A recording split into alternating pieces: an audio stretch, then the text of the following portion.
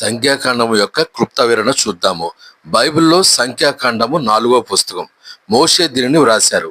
ఇశ్రాయేలీయులు ఐగుప్తు దాసత్వం నుండి విడుదలైన తరువాత వాగ్దాన దేశమైన కానానుకు వెళ్లే మార్గంలో అరణ్యంలో చేసిన ప్రయాణాన్ని ఈ గ్రంథం వివరిస్తూ ఉంది. ఈ పుస్తకానికి ఆ పేరు ఎలా వచ్చిందో దాని నేపథ్యం ఏంటో చూద్దాము. ఈ గ్రంథంలో దేవుని ఆజ్ఞ ప్రకారం మోషే ఇశ్రాయేలు ప్రజలను, ముఖ్యంగా యుద్ధం చేయగల పురుషులను 2 సార్లు జనాభా లెక్కలు సేకరిస్తాడు.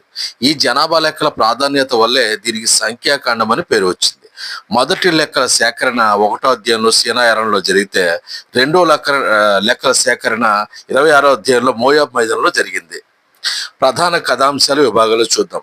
సంఖ్యాకాండం ప్రయాణాన్ని 3 ముఖ్య ప్రాంతాల ఆధారంగా విభజించుకోవచ్చు. అదేంటంటే 1 నుంచి 10 అధ్యాయాల్లో ఇశ్రాయేలు ప్రజలు సీనాయి అరణ్యంలో ప్రయాణ సన్నాహాలు. ఈ అధ్యాయాలలో దేవుడు ఇశ్రాయేలీలను ఒక క్రమ పద్ధతిలో నడిపించడానికి నిబంధనలు ఇస్తారు. అవేమిటో ఇప్పుడు చూద్దాము. గుడారము చుట్టూ 12 గోత్రాల వారు ఏ విధంగా దండులో దిగాలో ఒక క్రమాన్ని ఇస్తాడు.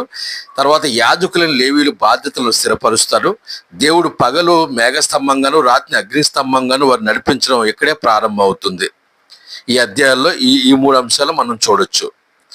తర్వాత 11 నుండి 25 అధ్యాయాల్లో కాదేశు బర్నేయాలో అవిధేయత మరియు 40 ఏళ్ల అరణ్య రోదన. ఈ భాగం గ్రంథంలో అత్యంత కీలకమైనది. ప్రజల తిరుగుబాటును, దేవుని తీర్పును ఇది చూపిస్తుంది. అవేంటో చూద్దాము. 12 మంది వేగుల వారిని పంపడం. మోషే కానాను దేశాన్ని చూసి రావడానికి 12 మంది వేగుల వారిని పంపుతాడు. వారిలో యెహోషువ, కాలేబులు తప్ప మిగిలిన 10 మంది కూడా దుర్వార్తను తెచ్చి ప్రజల్లో భయాన్ని నింపుతారు. తర్వాత దేవుని తీర్పు. ప్రజల అవిశ్వాసం మరియు గొణుగుడు కారణంగా ఐగుప్తు నుండి వచ్చిన 20 ఏళ్ల పైబడిన పాత తరం వారంతా కూడా అరణ్యంలోనే మరణిస్తారని, కేవలం యెహోషువ, కాలేబులు మాత్రమే వాగ్దాన దేశంలో అడుగు పెడతారని దేవుడు తీర్పు తీరుస్తాడు. దీనివల్ల వారు 40 ఏళ్ళు అరణ్యంలోనే తిరగాల్సి వస్తుంది. తర్వాత ఇతర తిరుగుబాట్లు. మోషే నాయకత్వానికి వ్యతిరేకంగా కోరాహు చేసిన తిరుగుబాటు కావచ్చు, మోషే బండతో మాట్లాడమంటే కోపంతో కొట్టడం. దీనివల్ల మోషే కూడా కనానికి వెళ్ళే అర్హత కోల్పోతాడు. ఈ అధ్యాయాల్లో ఇవి జరుగుతాయి. అంతే మాత్రమే కాకుండా ఇత్తడి సర్పం. ప్రజల పాపం వల్ల వచ్చిన విష సర్పాల నుండి రక్షణ పొందడానికి మోషే ఇత్తడి సర్పాన్ని ఎత్తుతాడు.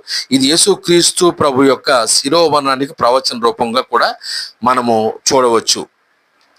తర్వాత 26 నుండి 36 అధ్యాయాలలో మోయాబ్ మైదానంలో కొత్త తరం, అంటే పాత తరం అరణ్యంలో చనిపోయిన తర్వాత ఎదిగిన కొత్త తరం వాగ్దాన దేశంలోకి అడుగు పెట్టడానికి సిద్ధమవుతూ ఉంది.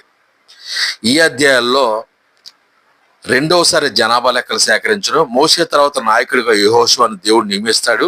కానాను దేశ సరిహద్దులు, ఆ దేశాన్ని గోత్రాల వారికి ఎలా పంచుకోవాలో దేవుడు మోషేగా ఆజ్ఞాపిస్తాడు. ఇవి ఈ అధ్యాయంలో ఉంటాయి. చివరిగా సంఖ్యాకాండం ఇచ్చే ముఖ్యమైన సందేశాలు ఏంటంటే, మొట్టమొదటిగా దేవుని నమ్మకత్వం.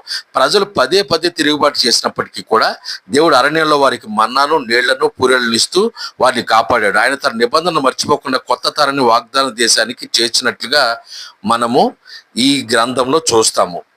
2వదిగా అవిశ్వాసాన్ని శిక్ష. దేవుని శక్తిని కళ్ళారా చూసినా కూడా నమ్మని ప్రజలు అరణ్యంలోనే రాలిపోయారు. అవిశ్వాసం మనుషులకు ఆశీర్వాదాలను దూరం చేస్తుంది. 3వదిగా క్రమశిక్షణ కలిగిన దేవుడు గందరగోళాన్ని ఇష్టపడాడు. సమాజంలో ఆరాధనైనా, ప్రయాణమైన, జీవన విధానమైనా కూడా ఒక క్రమ పద్ధతిలో ఉండాలని ఈ గ్రంథం నేర్పుతుంది. మనం నేర్చుకోవాల్సినవి ఇవి ఈ గ్రంథం నుండి. God bless you.